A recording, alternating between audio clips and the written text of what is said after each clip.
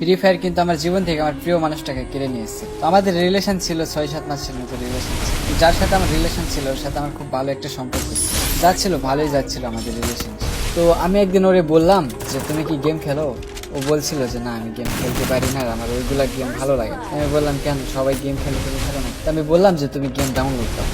কেউ বললো যে আমি তো গেম খেলতে পারি, ডাউনলোড দিয়ে কি করবো? আমি বললাম যে আমি আছি না, আমি তোমাকে শিখাই দিব। তো ও বললো যে আচ্ছা ঠিক আছে আমি নামাচ্ছি, তাহলে তুমি আমাকে শিখাই দিও।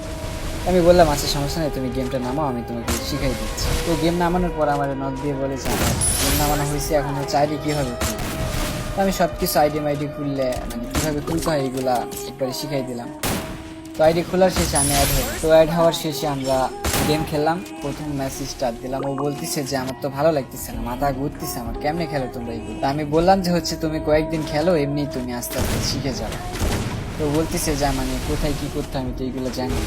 তো আমি আবার স্ক্রিন শেয়ার করে ভিডিও করে আমি আবার ওদের সব কিছু বুঝাই দিয়েছি। তো বোঝানোর পর এভাবে যায়, খেলতে খেলতে 6-7 মাস আবার পার হয়ে যায়।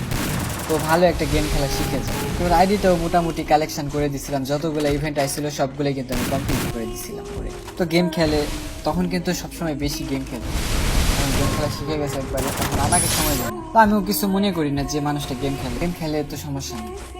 তো আমাকে আবার তো তেমন একটা SMS দিত না গেম খেলা শিখে যাওয়ার পর। আমি জোর করে করে কথা বলতাম, মেসেঞ্জারে নক দিলে দেখা যাচ্ছে পাওয়া যায় না, 20 মিনিট পর পর রিপ্লাই দিতেছি।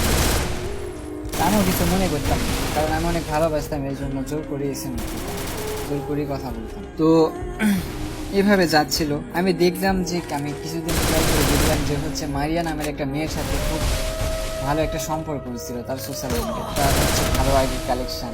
তো আমি এটা মানে বুঝতাম না যে ওই মেয়ের সাথে আর এত কিসের সবসময় তারা যাচ্ছে লবিতে কথা বলতে বলতে। তো আমি সন্দেহ করতাম যে ওইটা আসলে মেয়ে না, ওইটা হয়তো ছেলে হবে। আমি ওটা জিজ্ঞেস করতাম, ও বলে যে ওটা মেয়ে, ওর নাম মারিয়া। তা আমি বিশ্বাস করছিলাম।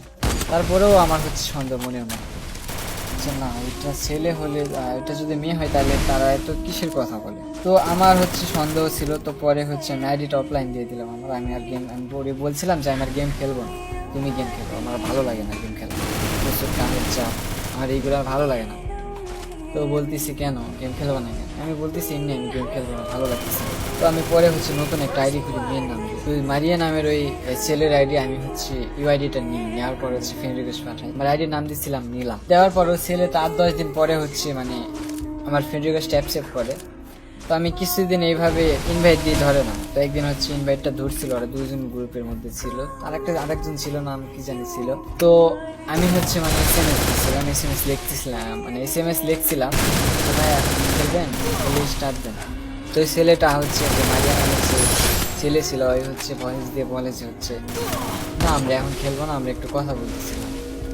তো আমি বললাম ও আচ্ছা তাহলে কথা বলে। তোরা দুইজনের কথা শুনে যা মনে করলাম তোরা হচ্ছে রিলেশনশিপে গেছে ওরা। আমার আর কি করার, আমি যে মানুষটার এত কিছু শিখেলাম, এত কিছু বললাম, দিন শেষে ওই মানুষটাই আমার ঠকাইছে। আসলে গেম এমন একটা জিনিস, মানে গেমের মধ্যে যেই যাবে সেই খারাপ হয়ে যাবে। বিশেষ করে মেয়েদের শুধু চাহিদা শুধু বড় আইডি, ডিস কালেকশন, তাদেরকে সবসময় ডায়মন্ড দিতে হবে, তাদেরকে সবসময় ইভেন্টগুলো কমপ্লিট করে দিতে হবে। তারা সবসময় কিন্তু গেমের মধ্যে এইগুলাই চায়। তো ভুলেও কেউ হচ্ছে এরকম মেয়ের পাল্লায় পড়ো না। আর গেমের মধ্যে যেগুলো মেয়ের আছে 90%ই খারাপ। তোমার সাথে মিষ্টি মিষ্টি কথা বলবে, তারপর তোমার কাছ থেকে ডায়মন্ড সম্পর্কটা শেষ করে দিবে। আর বিশেষ করে যারা হচ্ছে ডু পার্টনার খুঁজো, তো ডু পার্টনার বানিয়ে তো লাভ নেই। যখন হচ্ছে ডু কার্ডের যে নানসেন্স কার্ডটা পাওয়া হয়ে যাবে, তখন কিন্তু তারা ডুটা কাইটা দিয়ে তারা কিন্তু তোমাকে আনফ্রেন্ড করে দেবে।